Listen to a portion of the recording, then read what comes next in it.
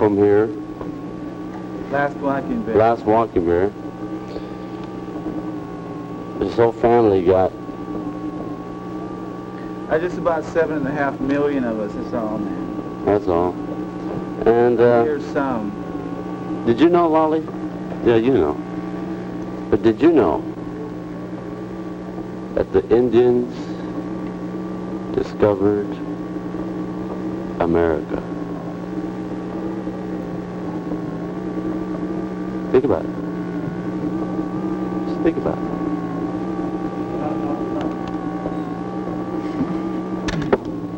Think about it.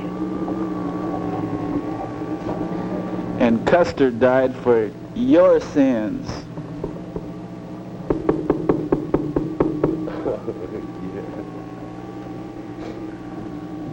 And now we have all this water that's running around here with the pipes.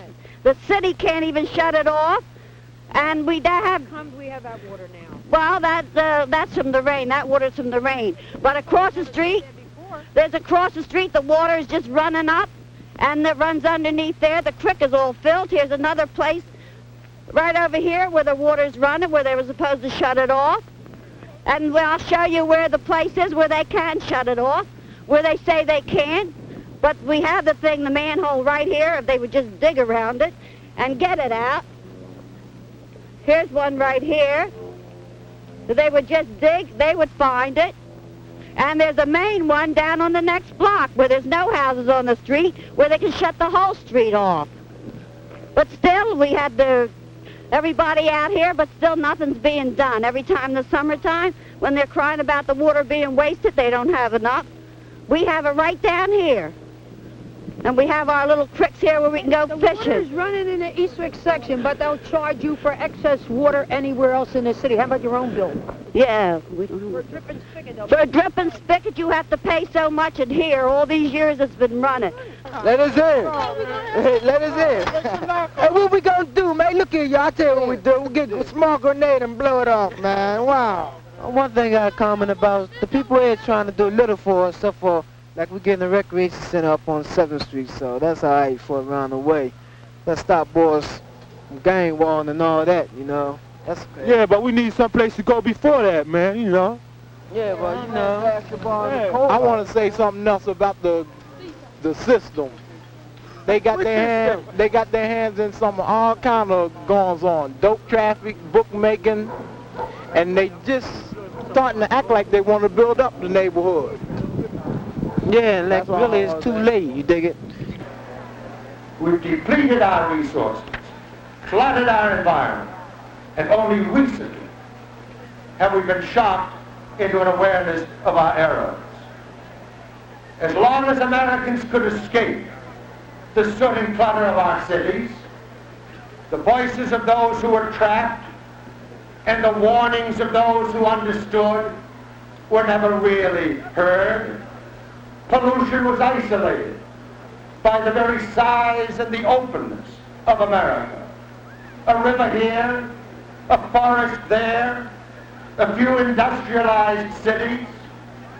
These early examples of environmental destruction seemed a small price to pay for prosperity. We have had a couple of our boys to go into the Marines. They have been to Vietnam. Some have been there for 13 months. Some have been wounded. But they came back home. What did they find? They didn't find nothing, but everything is getting worse and worse. We would like to have, they want to know why did they have to come back to such a place as this. We've imposed a fragmenting picture on the world, and now the fragments seem to misbehave. Consequences escape our control. Remedies achieve the opposite of their intention. We create bombs to end wars, poisons to promote agriculture, land management that destroys land. Instances of loss of control which seem random and unconnected until we can break through and see them in a new light. Similarly, when you move through a room in the dark, the bangs and scrapes you receive seem equally random and unconnected until you suddenly realize that you're not in the room you thought you were, until you put the bangs and scrapes together and realize that the picture of the room in your head bears no relation to the reality you're experiencing. That, in fact, you're in another room entirely. So it is with our picture of the world, which we have imposed with the full force of modern technology. We have to conclude that this picture is in error, that the map in our heads doesn't fit the territory, that the world is not the way we think it is. To realize this is to realize the nature of the breakthrough we must make, because most of us can conceive of no other room than this, the one we were born into, and possess no other map than that given us at birth, to which constant use has addicted us.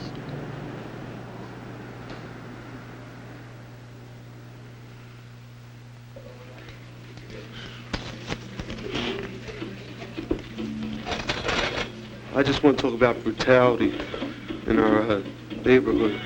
It's a pretty bad thing. Like, the police come around and they lock you up. You might not have nothing on you, and they throw you in a cell and they don't worry about you or nothing. Days around our neighborhood, the old generation, the way they react to us and all, they're stuck up. They don't really care or nothing. They call up the cops, say we got guns and all. They once they close on you or something, then you're out the click, you know what I mean?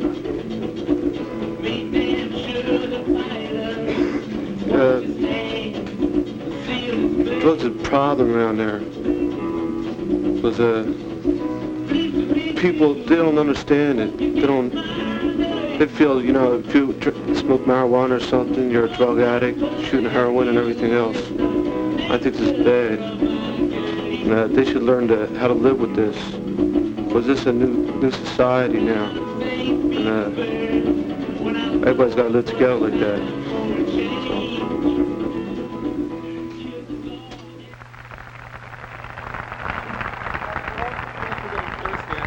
Oh boy. Thanks. And this if you wanted to. There you go. Boy, oh boy. Daisy made orange drink, artificially colored. The hell with it.